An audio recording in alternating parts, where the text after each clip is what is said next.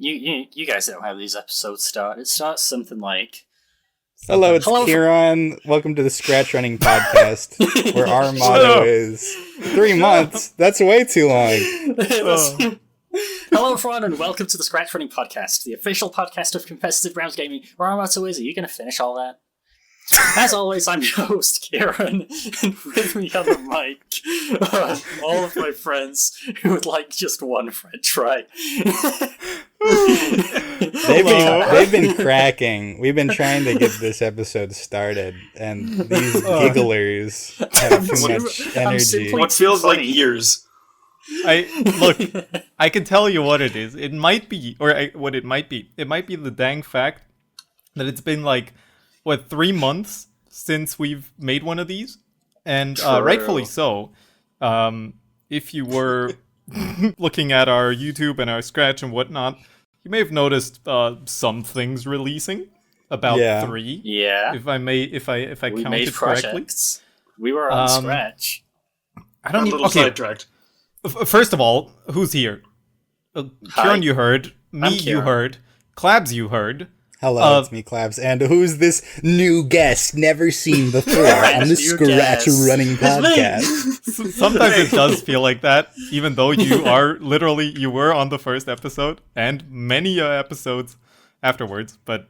Well, there was the new first episode, and I was not on that, nor on any episode following, so I'm sure that you've got plenty of folks who have never heard of me before. Wait, really? You were not... It's been a long time. What the heck? Happy to be back. When was the last Quite. SRCast episode of Quite? It might have been a Halloween episode. It might have been a...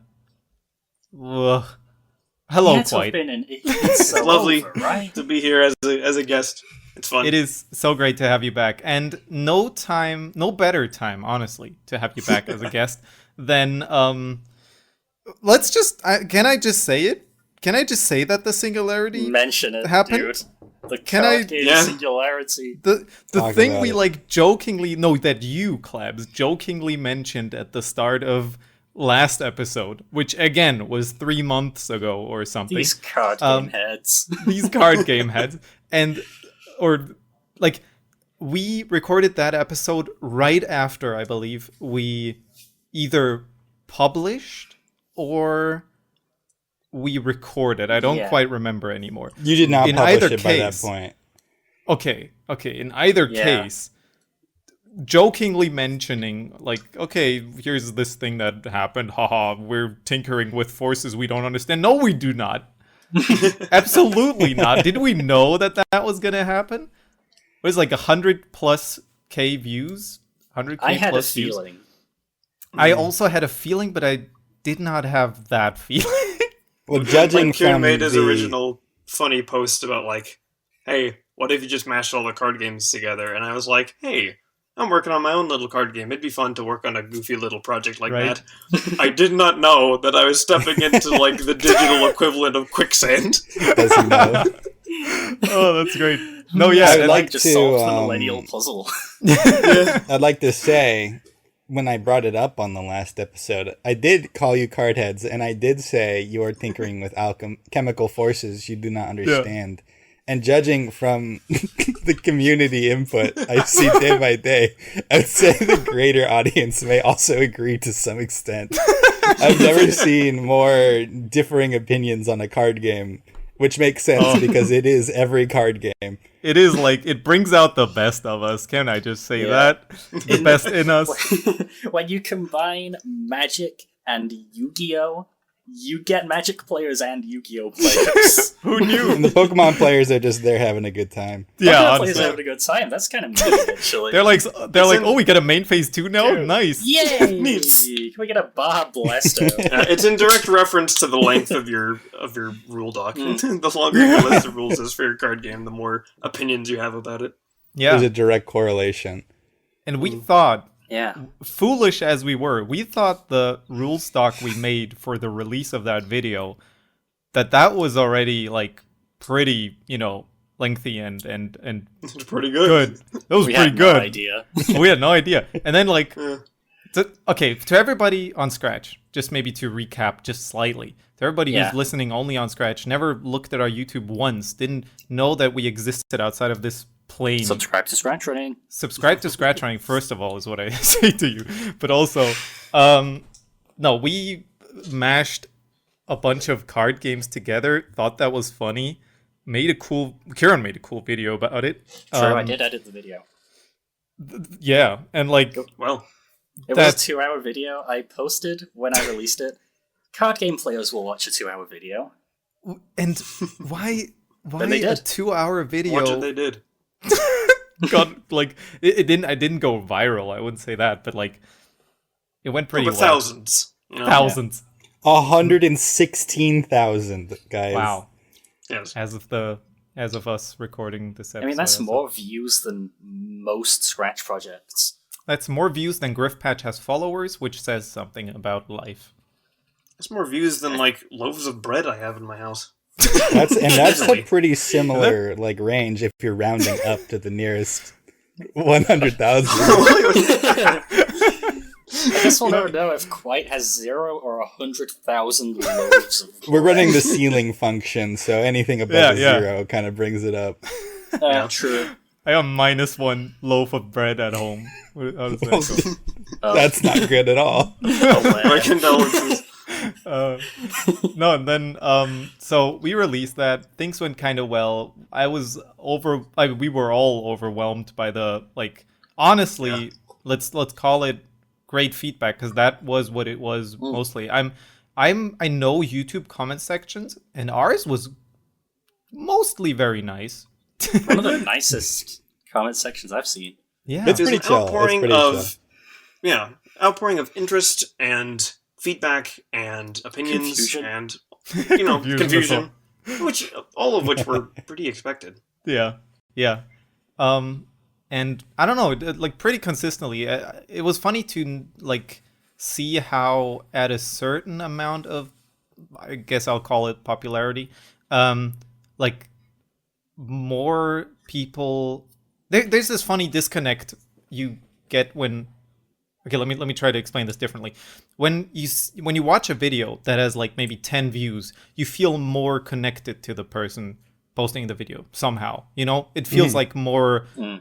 You wouldn't just write anything in a comment and not care about because you would probably expect them to read it as well.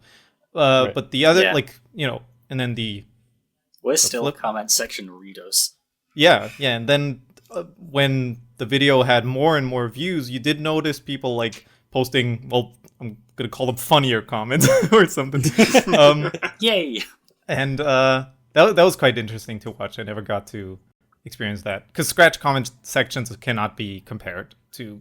No, a different sort of beast. Exactly.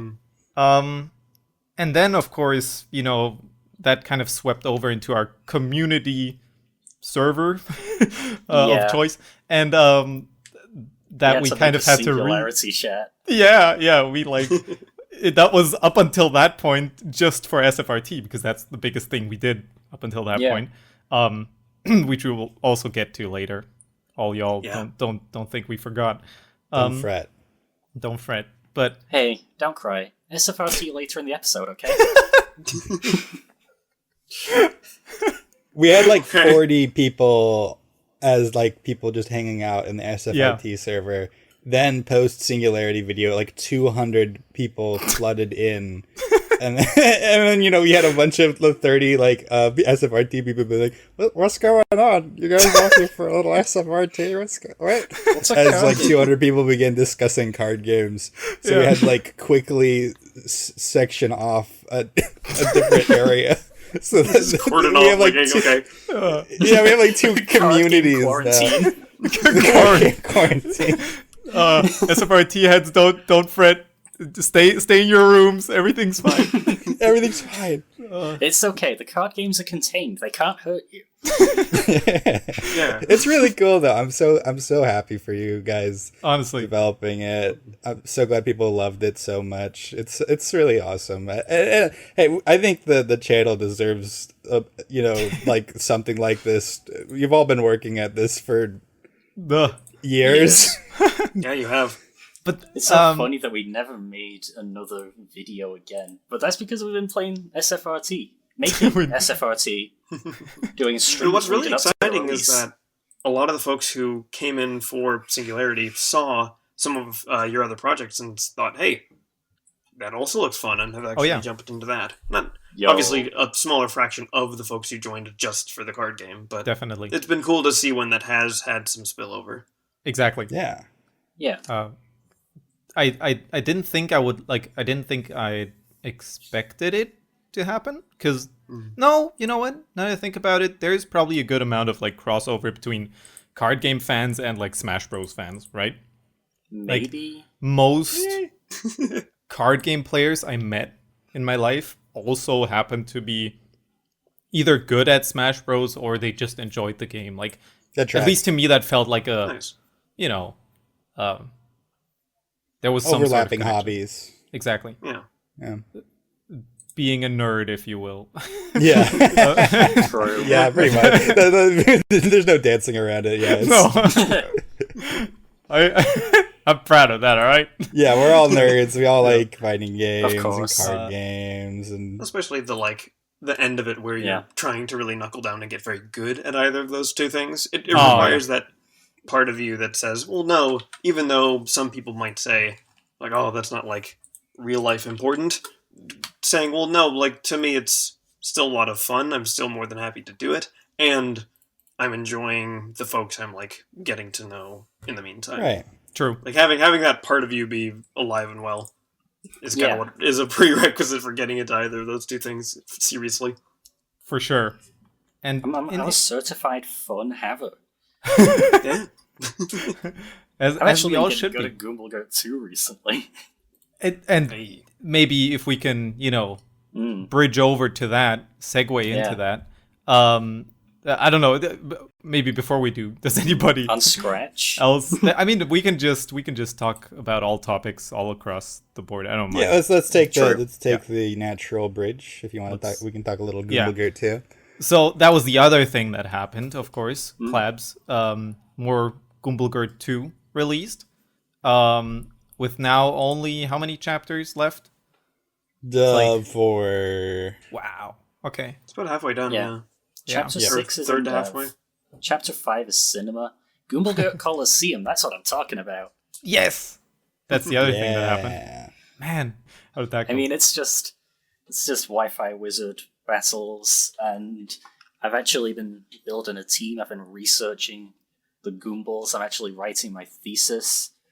Getting an undergrad in Goomble Gurt biology.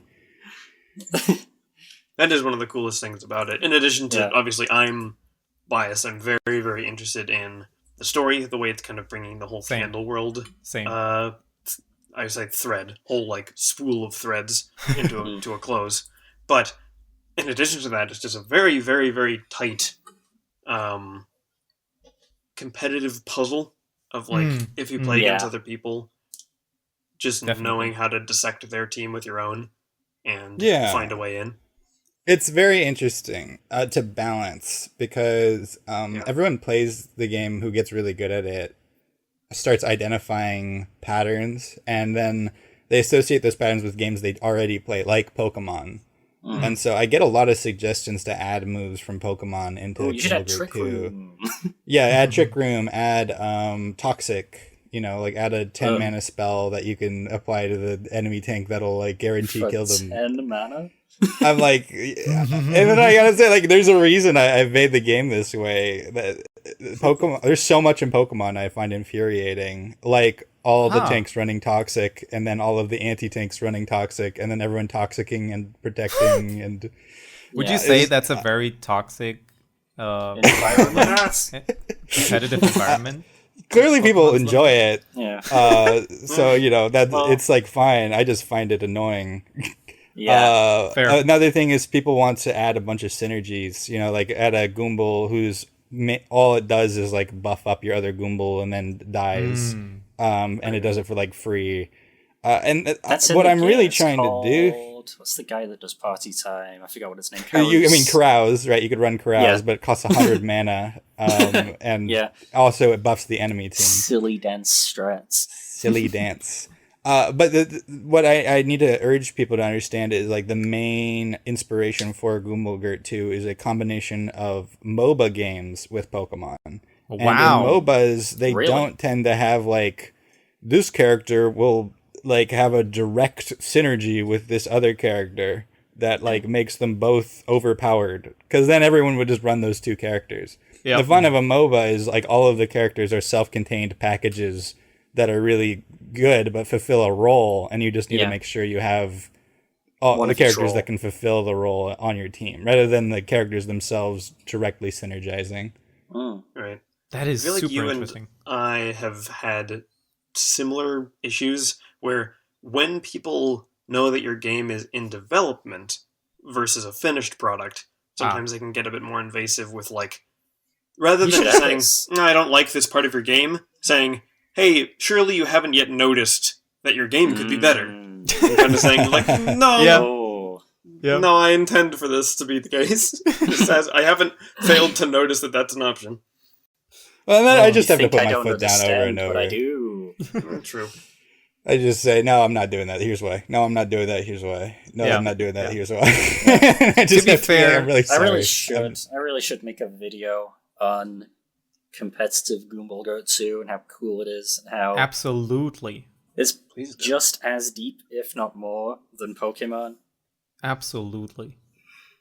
I would love to watch that.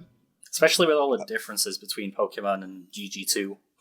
Yeah, I like the difference. Pound for pound it is. Like, the teams are smaller, but the types of things you can tweak about your team and, like, the portion of the options that are actually viable is way higher. Yeah, the hobbies, the recomps, there's, like, several trillion ways to do that, probably. Oh, yeah. Absolutely. Sometimes the whole, like, recompiling thing, or at least to me, because I'm, learning the ropes with Goomble Gurt II, to me, felt very like a steep learning curve. The game itself, like, you can play through the game pretty well, even if you don't understand, like, everything that's happening, and it helped sometimes to have a chat, next to you, that, or you in chat, Klabss. Thank you for being our coach. Exactly. Here at ScratchRunning. But with the whole recompiling, I think, at least to me, I wasn't scared is not the word, but I just wasn't sure how exactly to utilize that in the best way possible, and that's on me probably. Well, here's the thing: you don't have to recompile to beat the story mode or even play well online. Recompiling doesn't give your Goombles more stats; it just shuffles them around. And optionally, you can learn another move, but it's going to be more expensive if you learn it that way. The most important thing is just like remembering to go to the hobby guy. Like if you're not using hobbies, you're gonna have a hard time. Required fishing minigame. Teas help, but if you're on easy mode, you don't need them. Really? Okay. Just have a hobby. That's the real takeaway from Goomble Gurt II. For life, generally, as well. Yeah, just get a hobby. Yeah. You should start playing sports. Not specific sports, but the Goomble Gurt II version of sports, which... How was it described? It's all sports have combined in the abstract, creating one singular game, sports. It is universally entertaining. Brilliant. But it's going to give you plus someday. 50% in a stat. For like 20, it costs like a quarter. It costs a couple pennies, and then you have a choice band on your Pokemon, basically. Choice band, and you get to use all of your moves. Which, by the way, any Goomble can learn any move. Is that so? Yeah, I mean... Through recompiling? With recompiling. Wow. Unless it's 100 cost. Yeah, because then you won't be able to use it, because then it'd be 110. And you can't get 110 mana. I don't quite understand what that means, but that's okay. Well, you have 100 mana max. You get 100 mana max because you gain mana every turn. And so if you learn a 100 cost move, the cost of the move you learn increases. And so if your max mana is 100, you can't cast it if it costs 110. That's interesting. I didn't know Yeah. that, for example. See, So recompilation technically gets you every move, but some moves will no longer be affordable Usable. once recompiled. Yeah. I can say for sure, by the way, watching you, Klabs, and to everyone out there who's interested in like maybe playing Goomble Gurt or maybe just experiencing it, because sometimes I think I had a similar situation with, for example, Undertale, which is a really great game in my opinion that I only realized through watching it instead of playing it myself. I played the game, I found it Yeah. for Goomble Gurt II, I totally loved playing it as well. I gotta say that before anybody gets the wrong idea here. But watching you play the game, Klabs, on your channel has made me not only appreciate, because you also went through some like specific routes that some people maybe wouldn't have chosen, but also you explaining all the, or you just like going through, for example, recompiling your starter Goomble to get, you know, a specific use out of it. That showed me that in an efficient way. That was really cool. Yeah. Thank you. I do think it's funny. Probably my playthrough makes the game look easy because you just go through all of it fairly That's simple. the world Exactly. difference. I know like every part of the game, so obviously Yeah. I can kind of just speed run it a little bit. That's so cool. I guess there It's is kind of also the scratch running Goomble Gurt streams. Those are nice. Yeah, absolutely. Those are more Especially like just especially finding when stuff Klabs out. shows me a recomp set. It's kind of cool. Yeah. And- How did you guys feel about the story, by the way? Again, I didn't watch or masterpiece. get to watch or play most of the new stuff, but you can spoil me. I'm not for content. You can't spoil here. I wouldn't mind. I don't It's- want to necessarily spoil too much for people who haven't even played it. Oh, I see. Sure. But just some general thoughts. You mean? Yeah, I'm just curious because honestly, it's Ooh, I have another. I don't make anecdote. I don't make my games to like get feedback. That's the only or like fan art and stuff because I've been on this website for like Good, over because 15 it sucks. years No, now. I'm kidding. I love when I get fan art. I love when people theorize. But obviously, I haven't been making these projects just for the views because I was making them when I had like 2 followers and a toothpick as my audience. The game's all Klabs was yours. able But, to make Goomble Gurt 2 in a cave. But Goomble Gurt II is like one of my least popular projects. That's kind of crazy. By far, genuinely. How the heck? Whether it be from being difficulty loading or just people like just the audience sort of finding new things to fixate on. So you know, I released this latest chapter. I think I've only gotten like 2 comments about it, Dang. which is kind Okay. of crazy. In that Nobody case, playing. please go ahead, Quite, and Kieran, give Please. Klabs the. Please play Goomble Gurt I'm 2. bursting at the Feedback they seams. I have all deserve. sorts of things to say, but I'll let Kieran go first. I very much enjoyed Chapter 5 when I played it on stream. That's a no I'm- spoilers review, yeah. I'm also not spoiling. I'm also not spoiling anything. Yeah. Kieran went on the cinema route, which Yeah. is very dramatic. I went to the There's temple. 3 routes in chapter 5. Quite, did you go for a specific one? Did you try all of them? Unfortunately, my actual Yeah. real deal file, which I care about because of my entire history with Candle World, and I don't want to like foul anything up. Lord. That's still back in chapter 3 or 4, so I have catching up to do. But I've experienced some edges of chapter 5's story. I'm gonna guess, in terms of like why the interactions kind of petered out, I think it's just a combination of, like you said, just kind of Chromebook Spain. Like some people just can't get into Yeah. it. Literally can't get Chromebook into the project. Spain is good. And then some people, I think, acknowledge that it's part of something pretty big and or complicated, and just at least assume that they should probably get to it before they just hop Play in and part play it. 1 first. And I think a lot of people are probably trying their hardest to do what I am trying my hardest to do, which is beat the previous chapters first and then get to it. Very But fair. I'm wondering if I- I should like make an easier mode or like buff easy mode. I For Scratch personally, I wouldn't mind it. audience, for not for like maybe a lot of the people on Scratch, just like how one of the criticisms we got on Lemonades or Hamburger Games videos was that beginner, which is a very cool video of SRT. Super Fighter Return. Was that game at beginner is super easy, and at insane is who would have known that pretty insane. Is already like super hard. And no, that's true. That's true. Yeah. But also, that's why I proposed to change the difficulties from experienced and insane to medium master. Yeah. Or at least ask our tournament winners to stop testing the bots. True.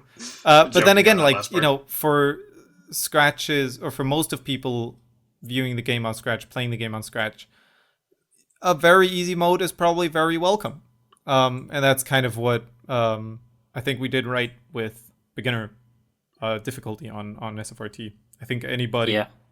Like, I'm bored playing against a beginner CPU, but that does not mean I think certain people don't need like the extra beginner exactly difficulty. Exactly. It gives you time to react, and maybe, who knows, maybe it's not even that, maybe it's more. I'm trying to think if there's any stuff that could be like explained more in Goomble Gurt II. I'm not exactly sure if there's like, because the start of it is pretty intuitive and cool.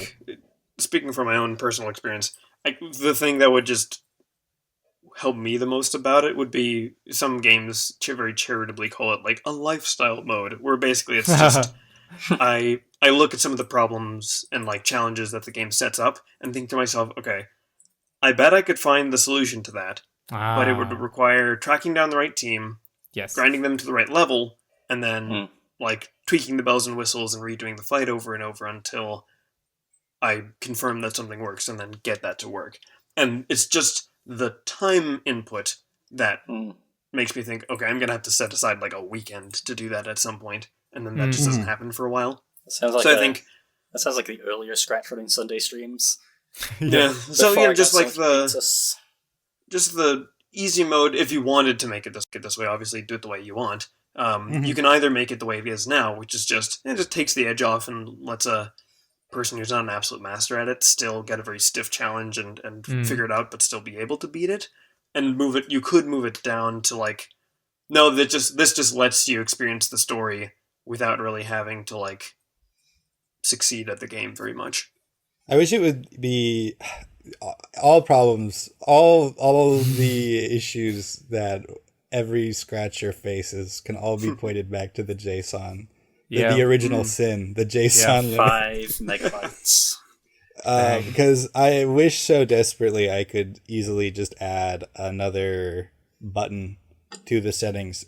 And I could add another button to the settings. But the project would explode. But I couldn't. It wouldn't fit in part 2 because part 2 is already at basically max. I could do it with part 1. So my options are what you say, which is either keep easy mode at like, make the game like a little less of a you require a PhD in Goombles to pass, and more like you require an education in Goombles to pass. Yeah. Or I make it into like, if you want to beat the game, you can just beat the game with this. Have an easy mode where you could probably plausibly educate yourself without Klabss in your YouTube chat.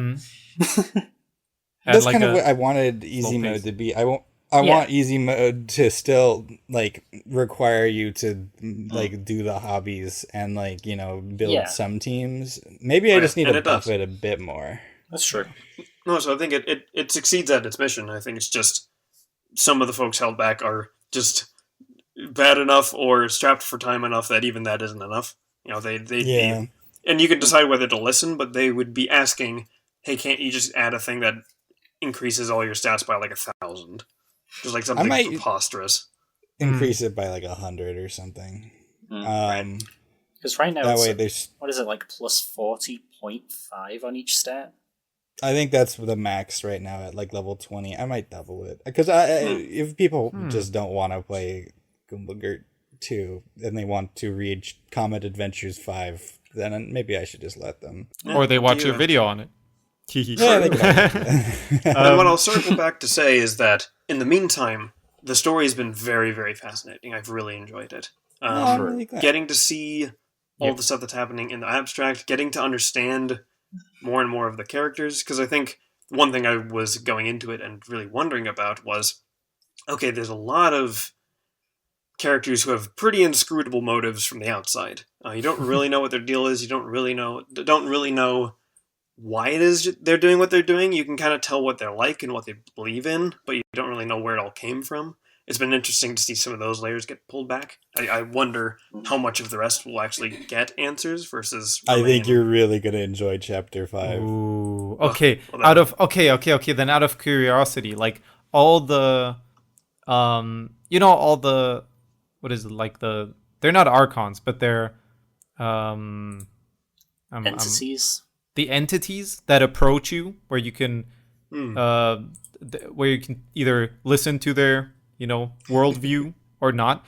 Is it explained where they come from? Like not because obviously we know the characters, but like where they're within the scope of the game itself. Yes, but also like why they choose this law. Like, is there more backstory to them that explains like how, for example, Xylus got to be like how they are? Yeah. Well, I would honestly say the Common Adventures is more story that itself kind of explains that a bit. The broader story of Candleworld, like when they each introduce themselves and you hear who they are and like what they're presenting you with, it's exactly in line with what they've been in Common Adventures. There were no surprises there for me. And in Common Adventures, we do sort of look a little bit into the past of these characters as well. Not the origins, but the past. But in Chapter 5, the most recent chapter, it does go into the origins of the universe more. Oh, yes. Exciting. Some of the more bigger players, depending on what route you go on. Okay, so you could just get Grinkle Zone again, is what you're saying. It'll be so sad to go through and only pick one route, because that's what I've been doing. I've just been basically, proceeding as the character I've been using in Common Adventures. Which is also hilarious what it has led me to choose regarding all the people who approach you. I could give a slight spoiler here to help guide you to what might be what your desired outcome is, if you'd like. I mean, sure. There's 3 routes in Chapter 5, and one of the routes is you're gonna do Pistachio's plan. Like you got everything together. It's time to do Pistachio's plan. And then the other 2 routes involve you saying, I don't think I trust Pistachio. And so you can decide either I want to try Xylus's plan from Chapter 1, or I'm just going to do my own thing. Sure. And I refer to the Pistachio plan one as the cinema route, because it's definitely the most coherent story. Like you've gone through this hero's journey. It's time to do Pistachio's route. Wow. The Xylus route is probably the weirdest route. Is that Grinkle Zone? And that's kind of the Grinkle Zone of this chapter. I was going to say, it's not Grinkle literally, but I would imagine I would, if it's anything like other things Xylus has done, he just goes off the rails instantly. I would say that's an appropriate way to describe the chapter. Okay. And then the Saspar Soul alone route is sort of... Ooh. I don't know if I'd recommend it for a first playthrough. It definitely just is like, all right, let's just throw away the whole story and like maybe let's just like role play and like let's play like D&D instead of worrying about all these problems. No, it's because that's another thing. It's been very fascinating to see Saspar Soul, how they have unfolded as their own character, even though in some ways they're meant to be your stand-in. Like, they're very clearly their own person with their own priorities. I'm curious as to how the choices will allow me, the player, to influence what they choose to do versus just sort of what they intend to do and what options I have within that.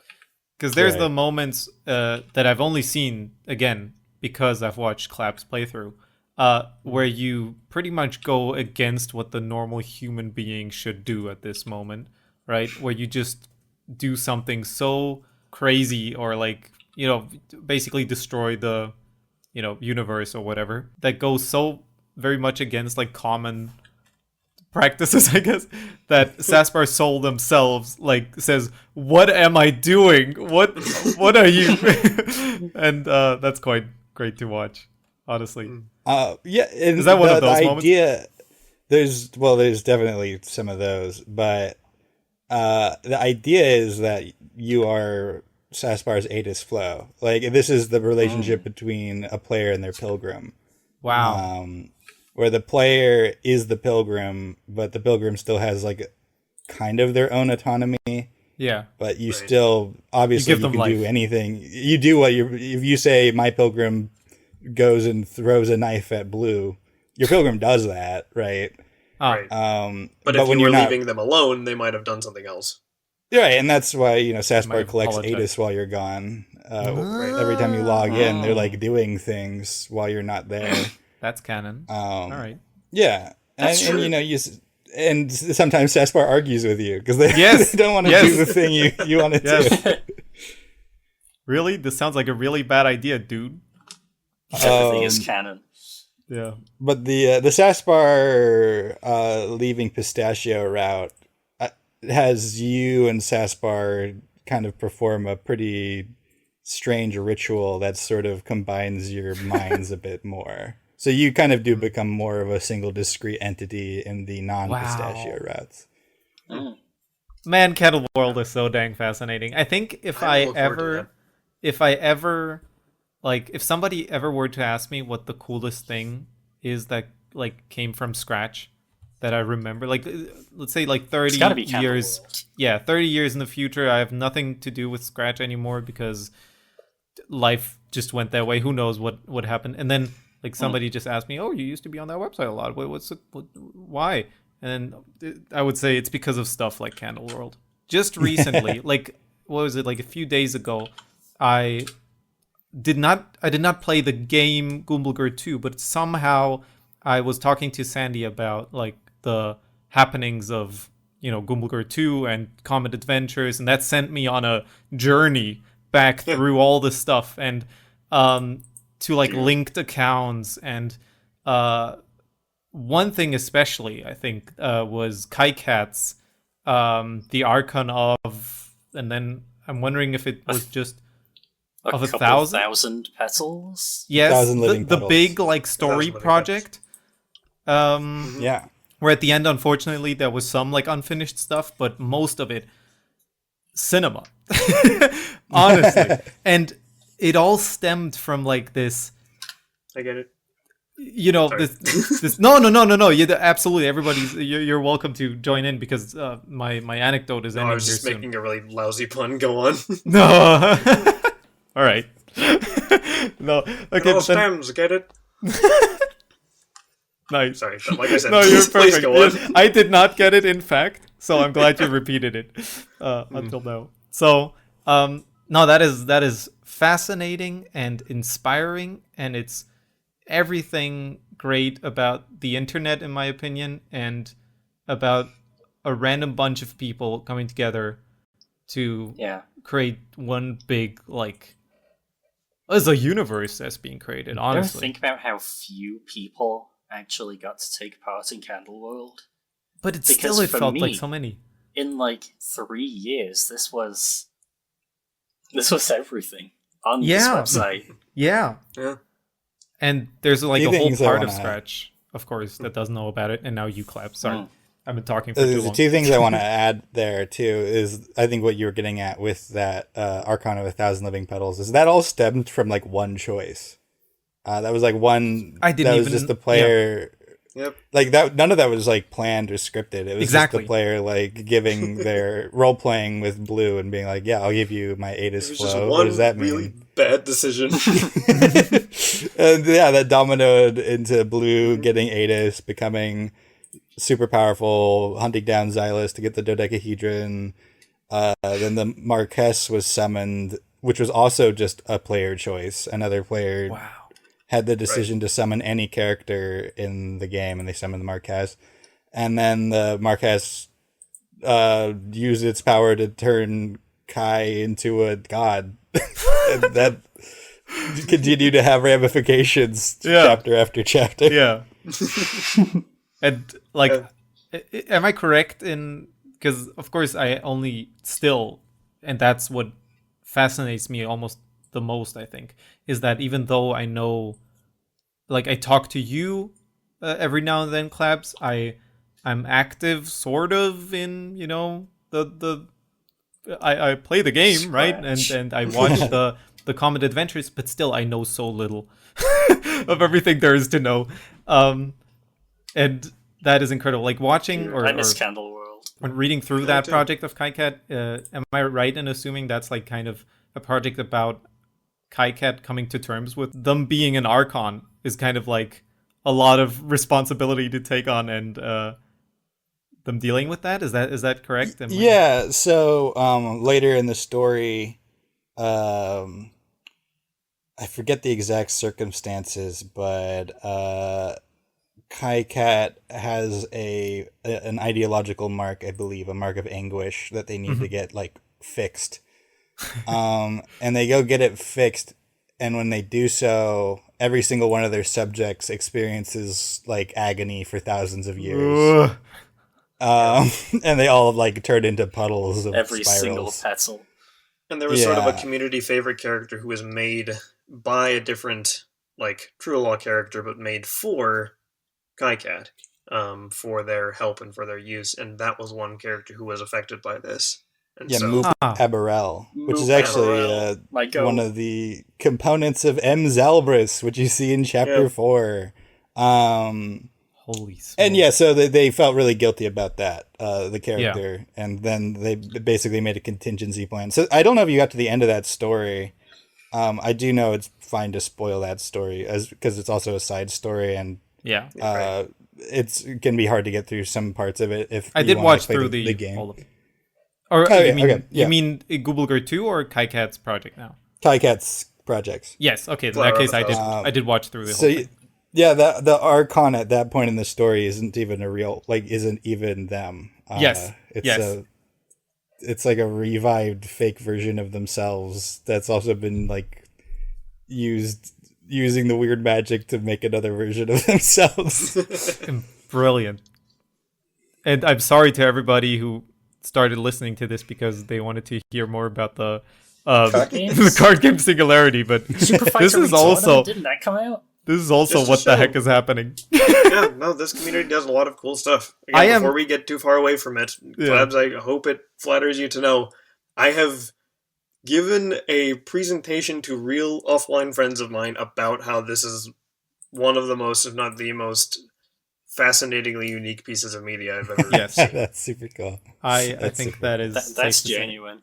That's genuine. One last thing I also want to add before we move on, which was the second thing I wanted to say, is it's going to be really funny for like the 50 kids who grew up on this when they're like 10 years down the line. Dude, and like Candleworld is nostalgic and they don't have anyone to talk to.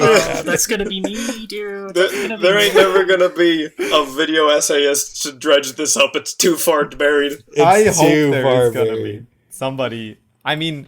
If people like KaiCat have been making such great animations, stories, like artwork, whatever, like there's so many people make such great content. Yeah, even I tried my best too. I didn't do a whole lot, that might be where the 4-hour Candleworld video comes from. We might have to come together and kickstart at some point like a...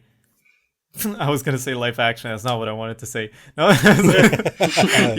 Netflix live action adaptation. Yes. Of Candleworld. Live action Candleworld. I'm here for it. No. Candleworld LARPing would be mental. Sorry, not what you were trying to say, Nick. No, but I love that I said it. The headcanon here is great. Pick your actors that you would want for all the characters now. Chris Pratt as Krasbot. Who's David Gilbert as Xylus. That would be pretty funny. Oh, brilliant. And starring Klabss as Shloopy. I even forgot what I wanted to say.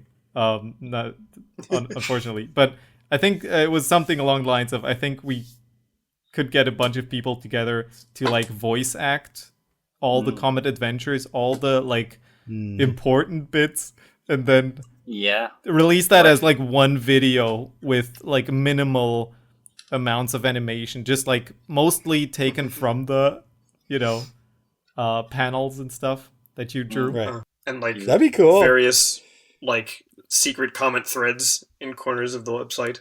Yeah, that's where like 2/3 of the plot happens. It is a little wild that 2/3 of the plot is like scratch comments you have to go dig up. That are probably deleted at this point because the character died. No, I never deleted it. Klabss did a good job of preserving the stuff that got truly erased in the side account. I see. Yeah, I have an archive for anything that actually got deleted, but no comments ever got deleted. So you can always. Yeah, that's just hard to find. The best way to read it is to just scroll to the very bottom of the comment profile and just start scrolling up.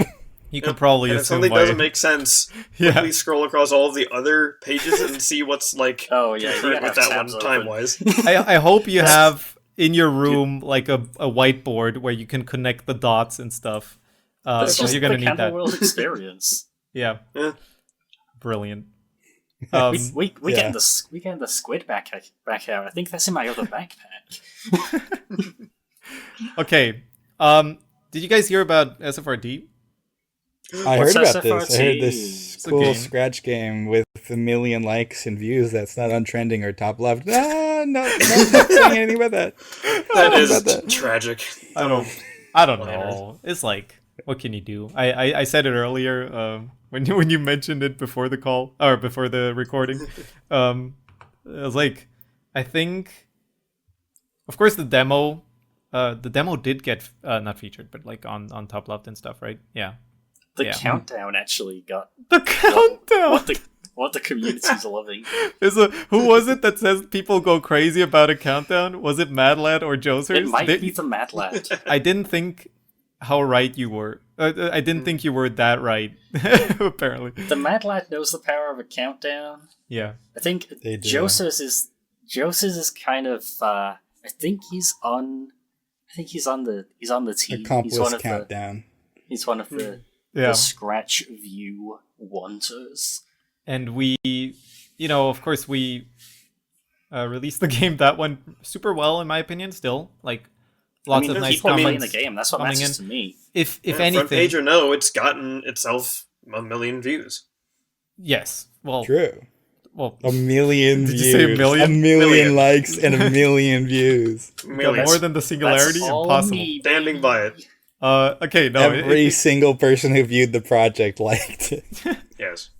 Of course. Lots of people actually did, which is kind of crazy. If you look on it has Scratch a really views, good ratio. It's like it's close to Monster World, or it overtook Monster World. It ought to. Which I think is kind of cool.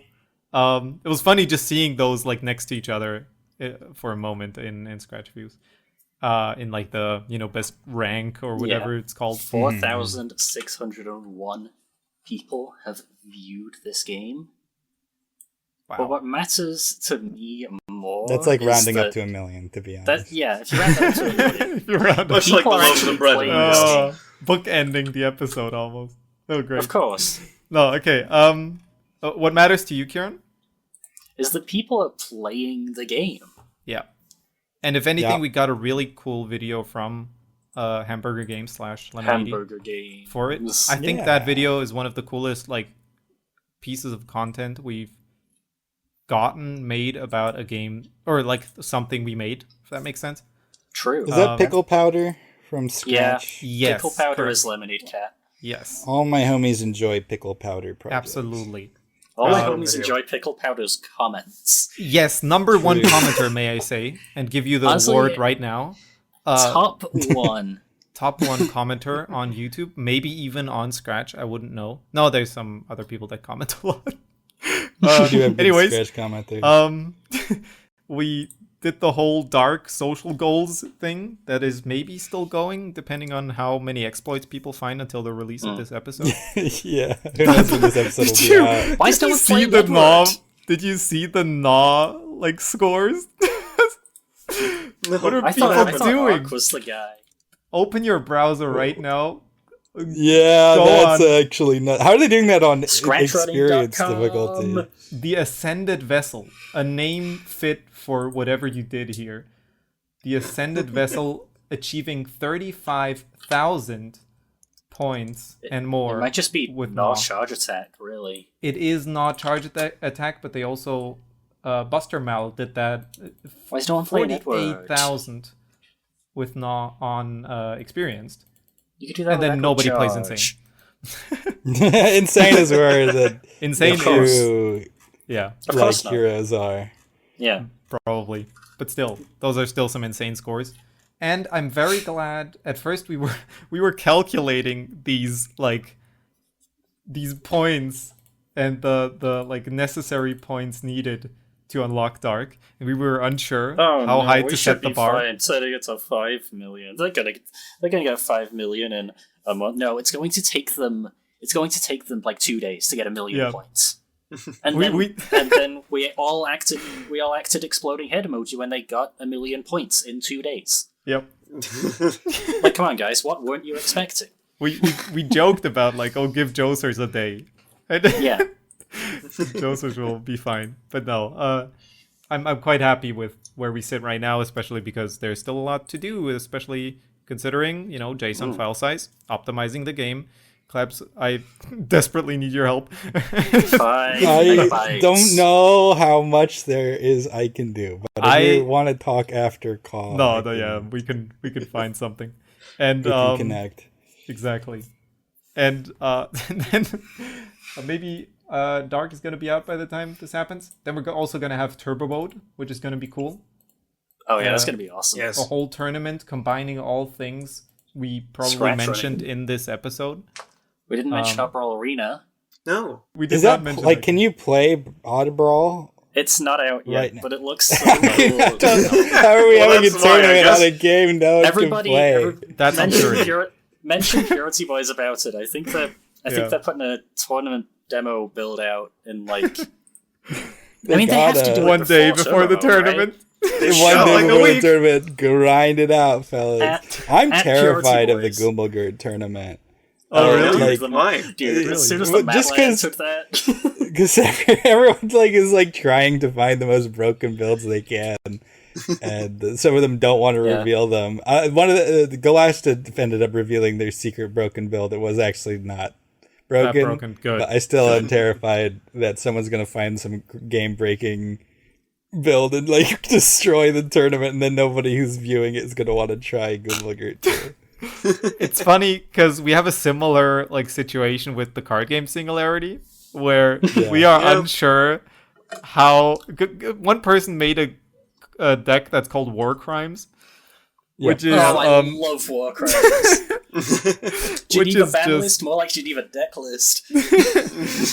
honestly, no, that deck does funny stuff, but maybe that's not even the worst out there. I don't know. I saw everyone talking about making overpowered decks, and I'm like, oh, poor Quiet. He's gonna have to think about balancing all this. Yeah, the one thing that makes things a little better is that obviously I only have control over half of this. The cards are the cards. All I can do is try to make systems that sort of keep it all in a nice package. Together. Right. But yeah, you're right. There's like a certain, apparently irreducible portion of trading card game players who just want to play miserable strategies, even if it's not even particularly fun for yourself, just to make sure that if it happens, you can do it. Instantly take the bait, Commander players. No, don't even, I've been playing Yu-Gi-Oh for a while. You don't even know the half of it. It's like, Dude, I don't. Turn 2. just ask Arx if you like. Just comment, hey Arx, can you give me a funny Yu-Gi-Oh deck? On Phantom Forces X. Just be prepared. All right. Yeah. Every How Yu-Gi-Oh can deck, you folks play this game? I don't. understand. This game isn't real. This game just simply isn't real. I want to play a real It's not card real. game. I refuse to Look, believe this game is real. Get some Wait, are you basic talking about generic Yu-Gi-Oh or effects. are you talking about? I'm talking about Singularity? I'm talking about Yu-Gi. Yes, I'm I'm talking about talking Yu-Gi-Oh. about Oh, okay, Yu-Gi-Oh. Okay, Yu-Gi-Oh is only fun, and I repeat, Yu-Gi-Oh is only fun as long as both people are on the same, as long as both decks are equal in strength, and it doesn't matter where it lands, you know. But if both people intend to play Yes. to each other's level. yes, and of course, both people have a similar understanding of the rules. Yeah. But it's such a Right. like every game. You can argue that is the Oops. case for every game, but in Yu-Gi-Oh especially, there is a very small margin, I would say, where there's a fun like zone. Yeah. there's a fun zone, and then there's a monster zone. It's Yeah. kind of like playing When Monster Melee there's not a lot of time Wolfish. left, but I want to have one last rant about card games, which is just that I don't understand how there can be so many digital versions of card games and none of them have competent AI bots or like low level matches. Yes. Just how am I supposed to learn how to play Yu-Gi-Oh if Yes. I play my starter deck that's gonna be garbage and I Yeah. die. I got OTK Man, turn one. man, I got Master killed turn Duel- one. I couldn't even do anything. Yu-Gi-Oh! Master Duel especially, and I love the game, right? I want to say that it's a strange hate-love situation. But again, the game can be very fun under the aforementioned circumstances. But what Master Duel does especially, I will never understand. Because, again, it is a steep learning curve, and it's kind of like dropping somebody into a game of League of Legends and expecting them to understand Into a pit of what... sharks. Yeah, expecting them to know what 200 plus characters do, all of their moves, all of their passives. It's What like the? playing But even Goomble League Gurt has They bot have matches. items. At least The at item- least there's bot matches in League. There are. It would be but like if you booted up League of Legends and they put you in a gold ranked match, and you only had the option Yeah. of playing like 2 characters. Yeah, Like you were but saying, your characters like, can at only least use one move. And give yeah. new players something simple, but give them something simple that actually works. Don't give them something where they're like, okay, I think I've got a good handle on it, and then they're actually still, Yeah. a hundredth of what the actual current meta is attempting to do. You're still taking a knife to a gunfight, probably. It's like It's insane. I can't stand these card I thought games, Yu-Gi-Oh! these digital I thought card Yu-Gi-Oh! was a games. game where monsters attack monsters and then the monster gets destroyed and you take like 500 damage at the end. foolish, You foolish, fool. Kira. Don't you Yuki know? boy, I'm going to kill you turn 1. Oh, I play Pokemon and Plants vs. Zombies Heroes and Light Seekers. Nick ScratchRunning. I'm both ahead of the tournament as part of Turbo Mode, and honestly after it. I'm just, making adjustments to the Singularity rules to try to make things a little more balanced against itself and try to smooth out those edges. But in the meantime, I'm also just looking at the actual game I'm developing and just making some mental notes of Yeah. I can't be like them.